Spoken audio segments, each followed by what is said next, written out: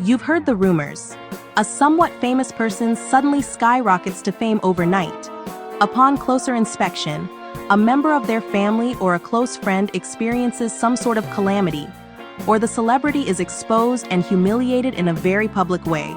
Suddenly, this individual is everywhere, on television, the internet, and in headlines. You find yourself drawn to their music, movies, or books. Then, whispers emerge that there was some sort of soul transaction made in exchange for their newfound fame. The unfortunate truth is that it's not always about fame. Sometimes, it's a position in a company or organization. It could be sudden success for a struggling business, or even blessings for their children, spouse, or other family members. At times, it's health-related. In some cultures, such as Nigeria, this is referred to as carrying an evil load, which is then exchanged. This practice is known as betrayal currency. Be sure to watch my video to understand how Babylon affects us all. You may be thinking, I've never committed such a horrendous act against anyone. Why would God warn us to come out of Babylon? There are two major players in Babylon: those who do business in Babylon and commit these wicked acts, those who consume Babylon's goods. You don't need to be a merchant in Babylon to be complicit. For instance, imagine they crush aborted babies to create makeup. You love children and would never engage in such a practice. Yet, by ignoring reports that this is happening and continuing to purchase and use the makeup, you are just as much a part of Babylon as the merchants. Without consumers, there would be no demand for these products. Understanding this helps us see what motivates merchants and traffickers in Babylon: greed. In Babylon, currency increases in value through the energy and sacrifice used to obtain it. Betrayal currency is best illustrated by Delilah's betrayal of Samson. This type of currency often involves someone who trusted you, someone the merchant had a duty to love, protect, or hold a close and intimate relationship with. Because trust is a crucial component, these exchanges often require the cooperation of close relatives or trusted individuals. As I mentioned in one of my books, the most powerful betrayal currency comes from within the immediate family. While there are other forms of currency, sacrifices involving close family are particularly potent in Babylon's system. In these end times, it is crucial to trust God first. Seek discernment before trusting even close family and friends. Be wary of people who aggressively seek relationships or demand trust too quickly. Such behavior can be a red flag. The Holy Spirit will guide you regarding dangerous people. Listen. Be selective about the information you share, even with those close to you.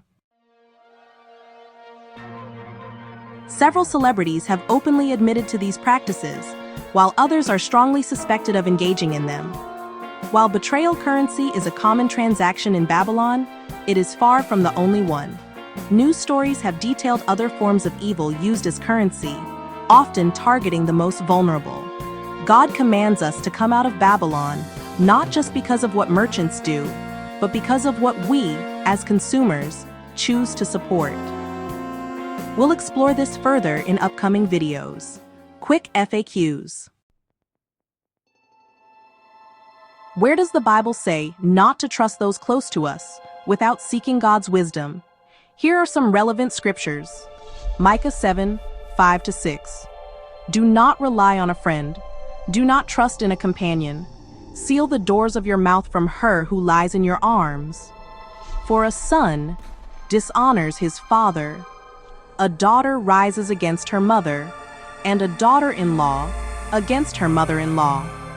A man's enemies are the members of his own household. Matthew 10:21. Brother will betray brother to death, and a father his child. Children will rise against their parents and have them put to death. Luke 12:53. They will be divided, father against son and son against father, mother against daughter and daughter against mother, mother-in-law against daughter-in-law and daughter-in-law against mother-in-law. Psalm 41:9. Even my close friend whom I trusted, the one who shared my bread, has lifted up his heel against me. Psalm 55, 12-14. For it is not an enemy who insults me, that I could endure. It is not a foe who rises against me. From him I could hide. But it is you, a man like myself, my companion and close friend. We shared sweet fellowship together. We walked with the crowd into the house of God. Proverbs 26, 24-26. A hateful man disguises himself with his speech, but he lays up deceit in his heart. When he speaks graciously, do not believe him, for 7 abominations fill his heart. Though his hatred is concealed by deception, his wickedness will be exposed in the assembly. Matthew 24, 10. At that time, many will fall away and will betray and hate one another. Can a former sexual partner use my life as betrayal currency? If you had a sexual relationship with someone, you need to break soul ties and any spiritual covenants. Seek guidance and engage in soul tie-breaking prayers, which you can find in many of my videos. Avoid re-entering a sinful relationship with this person. What about friends? Not every friend is trustworthy.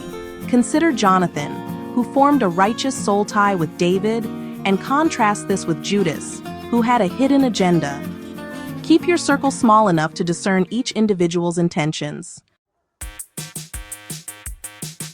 In future videos, we'll discuss how some events in the book of Revelation involving betrayal have already occurred.